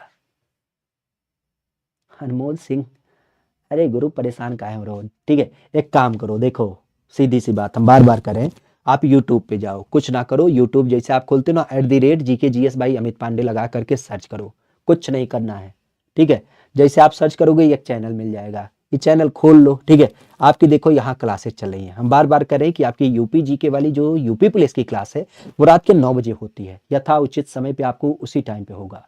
लेकिन अब यहाँ पे ध्यान रखिएगा, जैसा कि हम कल के सेशन के बारे में बार बार आपको प्रमोट करके बता रहे हैं कि कल का सेशन आपके लिए काफी महत्वपूर्ण है। चाहे वो आरओ की तैयारी कर रहे हो, चाहे वो यूपी पुलिस की तैयारी कर रहे हो, या फिर जूनियर असिस्टेंट की तैयारी कर रहे हो, कंप्यूटर ऑपरेटर की तैयारी कर रहे हो, सबके लिए विशेष इस कारण से क्योंकि पहली बार थियरी जो आपके पूरे डिस्क्राइब मोड पे यहाँ पे आपके सम्मुख रखी जाएगी, उसका आधार कल से शुरू होगा। और कल हम इसके बारे में पहला एक मैराथन आपके साथ साझा कर रहे हैं। ठीक है, तो इस सेशन में अपने आप को जरूर जोड़ने की कोशिश करें। ठीक है, बाकी कोई संशय ना रखें, परेशान मत होइए। थोड़ा सा हम बार बार करें कि कुछ बाधाएं आ गई थी, इसी कारण से थोड़ा सा कुछ रेगुलर क्लासेज ना हो पाई। अब आपकी पूरी यथाउचित हम बार बार करें कि अब आपकी जितनी भी क्लासेज होंगी रेगुलर होंगी, आप परेशान मत होइए। और संभव है कि इसमें और भी कुछ नई क्लासेज ऐड भी हों ताकि आपकी तैयारी को एक विशेष आधार दिया जा सके। आगे बढ़ते हैं। कहा जा रहा है कि उत्तर प्रदेश के परिप्रेक्ष्य में निम्न जनपदों में 2011 की जनगणना के अनुसार अनुसूचित जनजाति की जनसंख्या के अवरोही क्रम को क्या करिए, व्यवस्थित करिए। और इस बिंदु की जब बात की जाए तो यह नाम प्रमुख रूप से ध्यान रखिएगा आपके श्रावस्ती, बलरामपुर, बहराइच या फिर खीरी। यूपी पुलिस में यही क्वेश्चन आता है, बिल्कुल आता है, क्योंकि आप देख सकते हैं यह यूपी पुलिस और यूपी पीसीएस, हालांकि हमारा तो स्टैंडर्ड हमेशा से रहता है कि इस चीज को हम आपके सामने रखें। अरे 9 बजे से चलती है भाई, काहे परेशान हो रहे हो? जिला बनारस कितना परेशान थे। हाँ, थोड़ी सी भाई परेशानी तो सबके साथ होती है। ठीक है, हम भी परेशान थे कि आपसे मिल नहीं पा रहे थे। चलिए, यहाँ पर अवरोही क्रम की बात करें तो क्या कहा जाए, अनुसूचित जनजाति है। देखिए, अब अनुसूचित जनजाति को लेकर के यहाँ पे क्वेश्चन पूछा है। अनुसूचित जनजाति की जब बात की जाए तो अनुसूचित जनजाति की संख्या सबसे ज्यादा कहाँ पर है? तो अनुसूचित जनजाति की जब बात की जाए तो श्रावस्ती में, बलरामपुर में, बहराइच में या फिर आपके खीरी, लखीमपुर। बेसिक अगर इसकी बात की जाए तो इसका संदर्भ क्या होगा? हमारे यहाँ पर अनुसूचित जनजाति और उसको क्या करना है, घटते क्रम में व्यवस्थित करना है। इस बिंदु की जब बात की जाए तो इस बिंदु का संदर्भ क्या होगा? यहाँ पर कौन सा जिला टॉप लेवल पे होगा और कौन सा जिला कह सकते हो कि जिसकी संख्या कम होती है। वैसे अनुसूचित जनजाति की जब बात की जाए एसटी के लिए आप सदैव जानते हैं हमारी यूपी का सोनभद्र नाम का जो जिला है उसमें सबसे ज्यादा अनुसूचित जनजाति पाई जाती है। और सोनभद्र के अलावा अगर देखा जाए तो यहीं पे नाम ध्यान रखिएगा किसके बारे में, जब हम बात करते हैं अपने यूपी में बागपत, तो बागपत की संकल्पना ध्यान रखिएगा क्योंकि बागपत में कोई भी जनजाति नहीं पाई जाती है। अब बिंदु की जब बात की जाए तो एक नाम और ध्यान रखिएगा, अयोध्या और जालौन। अयोध्या और जालौन की जब बात की जाए तो अयोध्या और जालौन का नाम ध्यान रखिएगा, क्योंकि यहां पर कोई जनजाति पाई ही नहीं जाती। इवन आपने कई बार सुना होगा पंजाब नाम के राज्य के बारे में, पंजाब में भी कोई जनजाति नहीं पाई जाती है। तो फिर हमारे यहाँ पर अगर हम छोटे छोटे जिलों की बात करें, श्रावस्ती, बलरामपुर, बहराइच या फिर खीरी लखीमपुर, तो उसमें संदर्भ क्या होगा? अनुसूचित जनजाति को लेकर के। आज इस बिंदु की बात की जाए तो इसका क्रम हमें देखने को मिलता है। आज इस बिंदु की जब बात की जाए तो इस बिंदु का पर्याय हमें बेसिकली देखने को मिलता है।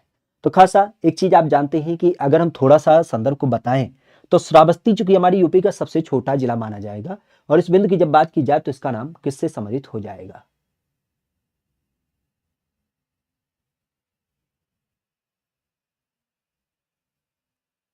अब मुझे जोड़ना मत, हे भगवान। भैया देखो हम किसी की जबरदस्ती थोड़ी ना जोड़ रहे हैं, ठीक है? काहे परेशान हो रहे हो? टाइम टेबल बता दीजिए। देखिए गुरु अभी कोई बहुत ज़्यादा टाइम टेबल ना है, एक टाइम टेबल है। 6 बजे आपकी शाम को क्या होती है? आर ओ की क्लास होती है, ठीक है?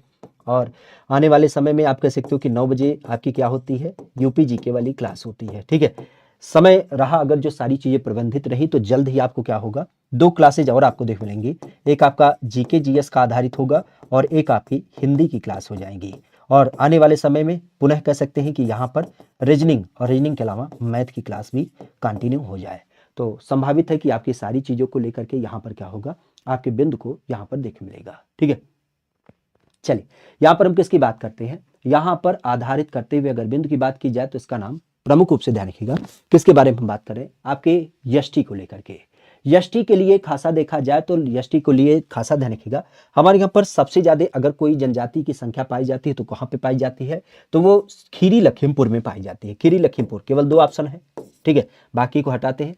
खीरी लखीमपुर के बाद अगर देखा जाए तो हमारे यहाँ पर उसके बाद जो सबसे ज्यादा जनसंख्या होती है थारू जनजाति के परिप्रेक्ष्य है, तो इसका नाम कहाँ से? बलरामपुर से। तो 2 ऑप्शन, इसका मतलब 4 2 3 1। इसके बाद क्या होगा? बहराइच, और बहराइच के बाद आपका श्रावस्ती। क्योंकि श्रावस्ती क्या है? श्रावस्ती हमारी यूपी का सबसे छोटा जिला है, और सबसे छोटे जिले की जब बात की जाए तो यहाँ पर एक वाला ऑप्शन क्या होगा? सबसे अंतिम में आ जाएगा। तो इस चीज को खासा ध्यान रखिएगा, ठीक है? आगे की बात की जाए तो कहा जा रहा है कि निम्नलिखित में से सबसे ज्यादा जनजातीय जनसंख्या वाला जिला कौन सा है? सबसे ज्यादा जनजातीय जिले वाले की संख्या की जब बात की जाए तो उसका नाम हमें देख मिलता है। यह नाम संबंधित है सोनभद्र, मिर्जापुर, खीरी या फिर आपके बिजनौर। अब नाम के आधार पर देखा जाए तो पूछा गया सबसे ज्यादा जनजाति। देखिए 2-3 क्रम को ध्यान रखिएगा, क्योंकि यहां पर कई बार आपसे पूछा जाता है सबसे ज्यादा सबसे कम। तो हम यहां पे बताएं, अगर यूपी की जनसंख्या की बात की जाए सामान्य रूप से, तो यूपी में सबसे ज्यादा जनसंख्या कहां पे रहती है? आप भी जानते हैं प्रयागराज में। सबसे कम कहां रहती है? तो सबसे कम आपके महोबा में रहती है। यूपी के बारे में अगर कहा जाता है कि बताइए क्षेत्रफल के अनुसार यूपी के जिले कौन से हैं, तो यूपी का क्षेत्रफल के अनुसार सबसे बड़ा जिला कौन सा है? तो सबसे बड़ा जिला है लखीमपुर खीरी। लखीमपुर खीरी। लखीमपुर खीरी के बाद सबसे छोटा जिला कौन सा है? हापुड़ है। फिर यहीं पर यूपी की बात की जाए तो यूपी के परिप्रेक्ष्य नाम ध्यान रखिएगा। जब हम वन क्षेत्रफल की बात करें तो वन के माध्यम से कौन सा होता है? वन के माध्यम से सोनभद्र नाम का जिला ध्यान रखिएगा। सोनभद्र के अलावा अगर देखा जाए तो भदोही नाम का जिला ध्यान रखिएगा, जहां पे सबसे कम क्या होता है? वनों का क्षेत्रफल पाया जाता है। फिर हमारे यहाँ पर अगर देखा जाए तो एक जाति का नाम ध्यान रखिएगा जिसको हम एससी कहते हैं या शेड्यूल कास्ट के रूप में जानते हैं। लखीमपुर खीरी जिले में क्या होता है? इनकी संख्या सर्वाधिक पाई जाती है। और सबसे कम कहां पाई जाती है? तो सबसे कम आपके बागपत में पाई जाती है। फिर आपके यष्टि। यष्टि की जब बात की जाए तो यष्टि का नाम ध्यान रखिएगा, कहां पे सबसे ज्यादा? तो अगर हम यहाँ पे बात करें, ये खासा ध्यान रखिएगा, ये लखीमपुर ना सीतापुर होगा, ठीक है? इसकी जब बात की जाए तो ये सीतापुर है। यष्टि की संख्या सबसे ज्यादा सीतापुर में है। बेसिक अगर एसटी की बात की जाए तो एसटी के पर्याय को ध्यान रखिएगा। सोनभद्र में सबसे ज्यादा आपकी क्या होती है? एसटी पाई जाती है। और बागपत की जब बात की जाए तो बागपत में क्या होता है? सबसे कम आपकी एसटी पाई जाती है। एक और कई बार पूछा जाता है मुस्लिम की संख्या। हमारे यूपी में सर्वाधिक मुस्लिम जो पाए जाते हैं वो रामपुर जिले में पाए जाते हैं, और सबसे कम कहाँ पाए जाते हैं? तो ये आपके ललितपुर जिले में पाए जाते हैं। तो ये कुछ विशेष कैटेगरी ध्यान रखिएगा, कई बार आपसे पूछा जाता है। कई बार ये संदर्भ आपसे पूछे जाते हैं कि बताइए सबसे ज्यादा मुस्लिम कहाँ पे, सबसे ज्यादा एससी कहाँ पे, सबसे कम एसटी कहाँ पे, सबसे ज्यादा जनसंख्या के आधार पे जिला कौन सा, सबसे बड़ा छोटा क्षेत्रफल के आधार पे कौन सा, और सबसे ज्यादा वन क्षेत्रफल के आधार पे जिला कौन सा। बड़ा और छोटा, बड़ा और छोटा, तो इन सारे संदर्भों को ध्यान रखिएगा। बाकी जनजातीय जनसंख्या की जब बात की जाए, जहां पे सबसे ज्यादा जनसंख्या रहती है, तो इस चीज को ध्यान रखिएगा, सोनभद्र नाम का जिला हमारे यूपी का जो सोनभद्र नाम का जिला है, वहां पे सबसे ज्यादा क्या होती है, आपकी अनुसूचित जनजातियां रहती हैं। तो इस चीज को खासा ध्यान रखिएगा। आगे की बात की जाए तो जनसंख्या के परिप्रेक्ष्य में दशकीय वृद्धि सबसे ज्यादा आपकी देख मिली है। जनसंख्या के परिप्रेक्ष्य में सबसे ज्यादा दशकीय वृद्धि हमें देखने को मिलता है। गौरव कटियार जी काहे गुस्सा हो रहे हैं, ठीक है। अब आपको रेगुलर क्लासेस देखने को मिलेगी, आप परेशान मत होइए, ठीक है। डेली क्लास क्यों नहीं लेते हो?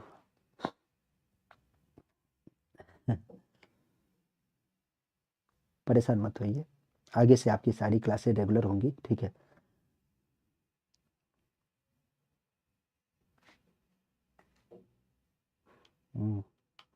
थोड़ी सी कुछ अपनी भी परेशानियां होती हैं। अब ससुरा का करें, इंटरनेट है एक ठो जो हमारे यहाँ आए दिन खराब रहता था। पिछले 2-3 दिनों से आपने देखा था क्लासेस गड़बड़ चली थी, तो हमने इंटर वाले महोदय से कहा कि भैया या तो हमारा बदल दो या तो इसे सही कर दो। चूँकि आप भी जानते हैं, एक तो सैटरडे हो गया जिस दिन हम कंप्लेन किए, अगले दिन संडे हो गया ऑफिशियल छुट्टी, और 25 तारीख क्रिसमस डे का त्यौहार होता है, वो लोग मनाने चले गए, तो फिर क्या ही करें। अब हम इंजीनियर तो है ना कि तार खींच के अपना इंटरनेट कह दे भैया हमारा अलगे कर दो, हमारा जो इंटरनेट है वहाँ से सीधे सीधे चला आए, ठीक है। तो उसके लिए हम बाध्य थे, अब उसमें हम कुछ नहीं कर सकते थे, ठीक है। बाकी परेशान मत होइए, जितनी तलब आपको रहती है ना, उससे ज़्यादा तलब हमें रहती है। भले हम कुछ भी करें, अलूल जलूल टाइप का कुछ भी 2 या 4 क्वेश्चन बता के जाएं, लेकिन सामने खड़े हो जाते ना तो हमारे दिल को तसल्ली मिल जाती है। लेकिन क्या ही करें, जब कुछ अपने आधार पे होता ही नहीं तो क्या ही कहा जा सके। बहरहाल परेशान मत होइए कि आने वाले दिनों में अब आपकी सारी क्लासेस स्मूथ तरीके से मिलेंगी, ठीक है। आप इस चैनल पे बने हैं तो इतना विश्वास जरूर रखिए, ठीक है। चलिए यहाँ पर हम किसकी बात करें, अपने आधार को लेकर के, खास करके बिंदु के रूप में जनसंख्या में 10 की वृद्धि। जनसंख्या में 10 की वृद्धि की जब बात की जाए तो उसका नाम किस रूप में देख मिलता है, तो खासा ध्यान रखिएगा। हमारे यहाँ पर जो सबसे ज्यादा 10 की वृद्धि का एक आधार होता है, अगर इसकी बात की जाए तो इसका संदर्भ कब होगा, तो आप भी जानते हैं कि ये जो 90 के दशक के बाद हमारे यहाँ पर जनसंख्या में क्या हुआ था, एक संदर्भ की अगर बात की जाए तो इसको हम बाढ़ के रूप में भी कह सकते हैं। हमारे यहाँ पर क्या हुआ था, जनसंख्या की जब बात की जाए तो जनसंख्या में एक तरीके से हम कह सकते हैं इसमें बाढ़ आने का क्रम, तो ये कब का समय है, ये 1991 से लेकर के 2001 के बीच में आपको दिख मिलता है।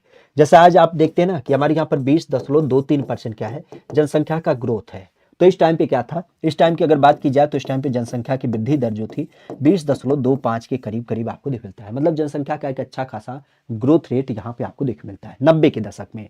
यहाँ पे अगर देखा जाए तो 1921 का नाम आपने सुना होगा। 1921 की जब बात की जाए तो भुखमरी के कारण, इसी कारण से यहाँ पे जनसंख्या में निगेटिव ग्रोथ रेट मिलती है। और इसी परिप्रेक्ष्य में देखा जाए तो 1960-61 का नाम आपने सुना होगा, क्योंकि इसको हम क्या कहते हैं, विभाजक वर्ष के रूप में भी जानते हैं। खास करके विभाजक वर्ष क्यों कहा जाता है, क्योंकि आप भी जानते हैं इसका पर्याय होता है यहाँ पे जनसंख्या में निगेटिव ग्रोथ रेट का भी आपको एक मानक देखने को मिल जाता है। कब, 1960-61 की जब बात की जाए तो इस परिप्रेक्ष्य हमने देखा है कि वहां पे जनसंख्या में, जैसा कि हम देख पा रहे हैं 20 दशमलव के रेट से बढ़ रही है, यहाँ जनसंख्या क्या हो गई थी, घटना चालू हो गई थी। मतलब वृद्धि दर जो थी वो निगेटिव जा रही थी। जैसे आप जीडीपी के बारे में देखते हैं कि जीडीपी बढ़ रही है या फिर जीडीपी घट रही है, तो उस परिप्रेक्ष्य का नाम ध्यान रखिएगा।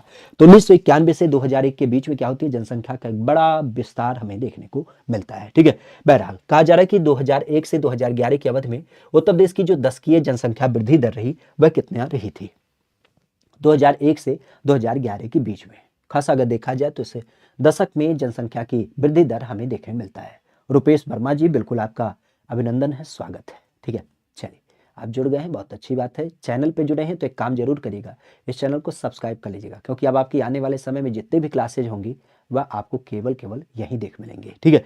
और एक काम जरूर ध्यान रखिएगा कल के लिए, क्योंकि कल का सेशन आपके लिए काफी महत्वपूर्ण रहने वाला है। थ्योरी वाला सेशन कल रात के 9 बजे से आपको विषय देख मिलेगा, 10 की जनसंख्या वृद्धि दर। यह संकल्पना कहां से देख मिलती है, तो ये खासा ध्यान रखिएगा। हमारे यहाँ पर जनसंख्या के बारे में कितना भी हमने बताया, खास करके 20.23%। कितना हमने बताया, 20.23%। तो इसका मानक लगभग कहाँ जा रहा है, 20.23 की अगर बात की जाए तो ये तो होगा नहीं, यहाँ पे भी नहीं होगा, यहाँ पे भी नहीं होगा। 20.23% की अगर बात की जाए तो करीब करीब क्या होगा, सी वाला लगभग आपका हो जाएगा, क्योंकि जनसंख्या का वृद्धि दर जो है 20.23% दर से क्या हुआ है, यह विस्तार आपको दिख मिलता है। और सबसे ज्यादा 10 की वृद्धि दर कहां पे रहा, तो ये ध्यान रखिएगा गौतम बुद्ध नगर जिले में। गौतम बुद्ध नगर में इतना जनसंख्या का विस्तार दर था 49%। मतलब आप कह सकते हो कि अगर 10 लोग गौतम बुद्ध नगर जिले में थे तो जनसंख्या में इतनी वृद्धि कर डाले कि 15 लोग हो गए। भाई लगभग लगभग 50% की वृद्धि है। तो जनसंख्या में गौतम बुद्ध नगर जिले वाले सबसे तेजी में वृद्धि करने में आगे रहे। और सबसे कम किसने वृद्धि की? तो सबसे कम जो वृद्धि की वो आपके कानपुर के लोगों ने किया। कानपुर की जब बात की जाए तो कानपुर में करीब करीब 9% क्या होती है, जनसंख्या की वृद्धि दर देख मिलती है। मतलब 10 लोग थे तो एक आदमी कहीं जुड़ा था। तो यहाँ पर गौतम बुद्ध नगर में सबसे ज्यादा जनसंख्या का दशकीय दर का वृद्धि और कानपुर में सबसे कम जनसंख्या के दशकीय दर की बात की जाती है। बहरहाल जनगणना 2011 के अनुसार उत्तर प्रदेश से सबसे ज्यादा लिंगानुपात वाला जिला जो है उसका नाम संबंधित है आजमगढ़, देवरिया, जौनपुर या फिर आपके प्रतापगढ़। देखिए लिंगानुपात की जब बात की जाए तो आपने सदैव सुना होगा किसके रूप में, जब हम अपने यहाँ पे सेक्स रेशियो की बात करते हैं। बेसिक अगर देखा जाए तो आपने सामान्य शब्दों में सुना होगा कि हमारे यहाँ पर पुरुष और पुरुष के अनुपात में महिला। तो आज बिंदु की जब बात की जाए तो पुरुष और महिला के अनुपात को हम यहाँ पे आइडेंटिफाई करें तो खासा ध्यान रखिएगा 1000 पुरुष पर कितनी हमारी महिलाएं होती हैं, इसी को हम इसमें क्या करते हैं, कंक्लूड करते हैं। खासा अगर देखा जाए तो इस परिपेक्ष में नाम ध्यान रखिएगा 1000 पुरुष के परिपेक्ष में क्या होता है, यहां पर जो महिलाओं का अनुपात होता है उसी को हम देख पाते हैं। तो एक कंडीशन होता है जहां पे क्या है, कह सकते हो कि बड़े लोग हैं और बड़े लोगों में जो जनसंख्या का एक अनुपात है वह कितना है, वर्तमान में 1000 पुरुषों की अपेक्षा 912 बच्चियां हैं। लड़कियों का जो एक अनुपात है वो 912 है। लेकिन एक संदर्भ आता है 0 से लेकर के 6 वर्ष का। 0 से 6 वर्ष की जब बात की जाए तो यहाँ पे मानक थोड़ा सा और कम हो जाता है। एक्चुअली आप भी जानते हैं ये काफी क्रूशियल एज होता है। क्रूशियल एज होने का मतलब आप कह सकते हो कि 6 वर्ष की अवस्था में बच्चों में कई सारी बीमारियां आ जाती हैं। मतलब सर्दी हो जाने से ही भी बच्चे की डेथ हो जाती है, निमोनिया जैसी बीमारी। हम लोगों को सर्दी आती है, 2 बार छींक देते हैं, तीसर के बाद उड़ी जाता है। भाई हम कोरोना को भी भगा चुके हैं, ठीक है, यही छींक के बदौलत। तो निमोनिया का चीज है। तो बच्चों में हमने देखा है कि बच्चों में बड़ों की अपेक्षा क्या होता है, थोड़ा सा सेंसिटिव होते हैं। तो इसी कारण से कई बार छोटी छोटी बीमारियां लगने के कारण उनकी डेथ हो जाती है और यहाँ पे हम देखते हैं कि उनका रेशियो क्या होता है, डाउन हो जाता है। इवन आप कह सकते हो कि हमारे यहाँ पर थोड़ा सा 90 का दशक एक ऐसा दशक रहा जहाँ पे कंप्यूटरीकृत वगैरह व्यवस्थाएं आई और उससे एक निगेटिव प्रभाव भी हमें देख मिला अल्ट्रासाउंड में, जहाँ पे गर्भ में ही भ्रूण की जांच करा लेते थे लोग। तो उस दशा में क्या होता था, बच्चों को गर्भ में ही मार दिया जाता था, पुरुष सत्ता। इवन आप कह सकते हो दहेज नाम की जो एक बड़ी संकल्पना जिस कारण से बच्चियों को खास करके मार दिया जाता था, अलग अलग प्रावधानों के चलते बच्चियों की डेथ। तो उस परिपेक्ष हम देख पाते हैं बच्चियों का टीकाकरण ना हो पाना, बच्चियों की देखभाल ना हो पाना। तो उस परिपेक्ष में यहाँ हम देखते हैं कि जनसंख्या के दर में जो अनुपात होता है वो यहाँ कम देख मिलता है। जबकि हम बड़ों की बात करते हैं तो बड़ों में क्या होता है, 912 होता है। अब इसी बड़े के लेकर के नाम की बात की जाए तो आप भी जानते हैं ये जो सबसे ज्यादा आज हमारी यूपी में है, कहां पे है, तो जौनपुर का नाम आपने सदैव सुना होगा। जौनपुर की जब बात की जाए तो जौनपुर में कितना लिंगानुपात है, जौनपुर में 1024 है। 1000 पुरुषों पर 1024 यहां पर क्या होते हैं, आपकी बच्चियां जौनपुर में देख मिलता है। बेसिक अगर यही बच्चों की बात की जाए तो 902 के रूप में, तो 902 के रूप में ध्यान रखिएगा सबसे ज्यादा जो लिंगानुपात है बच्चियों का वो कहां पे है, बलरामपुर का नाम ध्यान रखिएगा, ठीक है। तो बलरामपुर की जब बात की जाए तो बलरामपुर की धरती को ध्यान रखिएगा, क्योंकि बच्चियों के लिंगानुपात को लेकर के अगर देखा जाए तो सबसे ज्यादा जो लिंगानुपात है वो कहां पे है, वो बलरामपुर में है। जबकि बड़ों की बात की जाए तो बड़ों का लिंगानुपात कहां पे है, जौनपुर में है। 1024 का नाम जरूर ध्यान रखिएगा। तो जौनपुर का नाम सबसे ज्यादा लिंगानुपात को लेकर के देख मिलता है। कहा जा रहा है कि 2011 के आंकड़ों के अनुसार उत्तर प्रदेश में बालिक शिशुओं की संख्या प्रति 1000 बालक शिशु पर है। वही सीधे शब्दों में लिंगानुपात की बात की जा रही है। तो लिंगानुपात किसके, बालिका शिशु मतलब वही 0 से 6 वर्ष। अब 0 से 6 वर्ष के अनुपात की जब बात की जाए तो इसका संदर्भ क्या होगा, फिर से वही 902 यहां पर आपको देखने को मिल जाता है। आगे की बात करें 2011 के जनगणना के अनुसार किस जिले में ग्रामीण क्षेत्र में रहने वाले लोगों की संख्या आज सबसे अधिक हमें दिख मिलती है। मतलब गांव के लोगों की बात की जाए तो सबसे ज्यादा गांव के लोग कहां पे निवास करते हैं। देखिए एक क्वेश्चन से 3 लिंक निकालिएगा। हमारी यूपी की जनसंख्या कितनी है, आप भी जानते हैं 19,98,12,341। ये पूरी संख्या है। संख्या के आधार पर 16.51% क्या होता है, जनसंख्या हमारी यूपी में निवास करती है। 2 बिंदु आप विशेष रूप से आप जानते हैं, खास करके अगर बिंदु की बात की जाए तो प्रयागराज का नाम आपने सदैव सुना, प्रयागराज में सर्वाधिक जनसंख्या, जबकि हमारे यहाँ पर महोबा में सबसे ज्यादा जनसंख्या। अब एक चीज बताइए, जब सबसे ज्यादा जनसंख्या प्रयागराज में रहती है तो सबसे ज्यादा पुरुष कहां पे रहेंगे, तो सबसे ज्यादा पुरुष जो होंगे वो प्रयागराज में ही रहेंगे, बिल्कुल सत्य बात है। तो सबसे कम पुरुष कहां पे रहेंगे, तो सबसे कम पुरुष जो रहेंगे वो आपके महोबा में रहेंगे। रिलेट रखिएगा, सबसे ज्यादा जहां पे पुरुष होंगे, सीधी सी बात, महिला भी वहीं पे होंगी। तो सबसे कम महिला कहां पे होंगी? यह आपके महोबा में होंगी। भाई देखो, पुरुष महिला जब यहाँ पे हो तो बच्चे का तीसरे दीजे में रहेंगे, हैं लड़का लोग इन्हीं के साथ रहेगा ना, तो बच्चे लोगों की संख्या भी ध्यान रखिएगा, यह भी आपको यहाँ पर देखने को मिल जाती है। ठीक है, तो पुरुष, महिला और बच्चा, इन सबके संदर्भों को ध्यान रखिएगा, यह आपके सबसे ज्यादा और सबसे कम के रूप में इस क्रम में देख मिलते हैं। एक बिंदु इसी से और रिलेटेड ध्यान रखिएगा, अब जब सबसे ज्यादा लोग, करीब करीब 60 लाख लोग प्रयागराज में रहते हैं, तो प्रयागराज तो ऐसा कोई डेवलप जिला है ना जहां पे सबसे ज्यादा शहरी लोग रहते हैं। इसका मतलब सबसे ज्यादा ग्रामीण क्षेत्र में रहने वाले लोग जो होंगे वह कहां से समित होंगे? तो वह आपको देख मिलते हैं कहां पे? आपके प्रयागराज में। तो इस चीज को भी ध्यान रखिएगा। तो सबसे ज्यादा गांव के रहने वाले लोगों की संख्या कहां पे होगी? इलाहाबाद में। शहरी क्षेत्र के लिए थोड़ा सा कंफ्यूजन दूर रखिएगा, क्योंकि शहरी क्षेत्र में जो हमारे यहाँ पर सबसे ज्यादा रहने वाले लोग होते हैं वो कहाँ से समित है? तो वह आज जो हमें देख मिलते हैं वो आपके गौतम बुद्ध नगर जिले से देख मिलते हैं, क्योंकि गौतम बुद्ध नगर जिला आप भी जानते हैं अपने आप में बसावट वाला जिला है। पूरी तरीके से एक ऐसी संकल्पना के रूप में इसे बसाया गया है जहां पे लोग क्या करते हैं? वेल डेवलप्ड सिटी के रूप में यहां पर निवास करते हैं। तो इसी कारण से खासा ध्यान रखिएगा, गौतम बुद्ध नगर में सबसे ज्यादा शहरी व्यवस्था के लोग रहते हैं। ठीक है, तो इस चीज को ध्यान रखिएगा, इलाहाबाद का नाम विशेष रूप से। बाकी अगर देखा जाए तो कहा जा रहा है कि 2013 की जनगणना के अनुसार अगर देखा जाए तो कौन सा कथन यहाँ पे असत्य है? देखिए, आरओ के प्री परीक्षा 2014 में आया था। अरे दादा यह क्वेश्चन अगर फिर से आ जाता तो कितना मजा आ जाए, 1 नंबर मिल जाता। ठीक है, बहरहाल असत्य की यहाँ पे बात की है, आरओ में यह क्वेश्चन आपके सीधे पूछा गया। तो सीधे शब्दों में अगर देखा जाए तो उत्तर प्रदेश में जन्म दर प्रति 1000 जनसंख्या पर भारत के जन्म दर से कम थी। क्या सत्य बात है? उत्तर प्रदेश की जन्म दर प्रति 1000 जनसंख्या पर भारत की जन्म दर से अधिक थी। उत्तर प्रदेश में जन्म दर 25 से अधिक थी, या फिर उत्तर प्रदेश में जन्म दर 30 से कम थी? इसका सही जवाब क्या होगा? जन्म दर। एक्चुअली आपने सदैव सुना होगा हमारे यहाँ पर एक बिंदु आता है बर्थ रेट। ठीक है, तो बर्थ रेट की जब बात की जाए तो बर्थ रेट के लिए क्या बात रखी गई है? इस चीज को हम थोड़ा सा यहाँ पे स्टार लगा के छोड़ देंगे। आप लोग कमेंट करके बताइएगा, हम इस कारण से नहीं बता रहे हैं ना, क्योंकि एक बार हम कंफर्म करना चाह रहे हैं। ये घटना कब की है? 2013 की। अगर हम अभी आंसर बता भी देंगे तो कोई मतलब ना होगा। आज के वर्तमान के परिपेक्ष के आंकड़े को भी यहाँ पे शामिल करना जरूरी होगा। तो इसी कारण से खासा ध्यान रखिएगा, इस चीज को हम अभी स्टार लगा के रोक रहे हैं। ठीक है, कि 2023 में वर्तमान का जनगणना दर दोनों को लेकर के क्या संदर्भ है। ठीक है, तो इस चीज को आगे बढ़ाते हैं। उत्तर प्रदेश की जनसंख्या अधिक है, आज यूपी की जनसंख्या अधिक है। अगर इस बिंदु की बात की जाए तो ये होती है ब्राजील, जापान, इंडोनेशिया या फिर आपके रूस।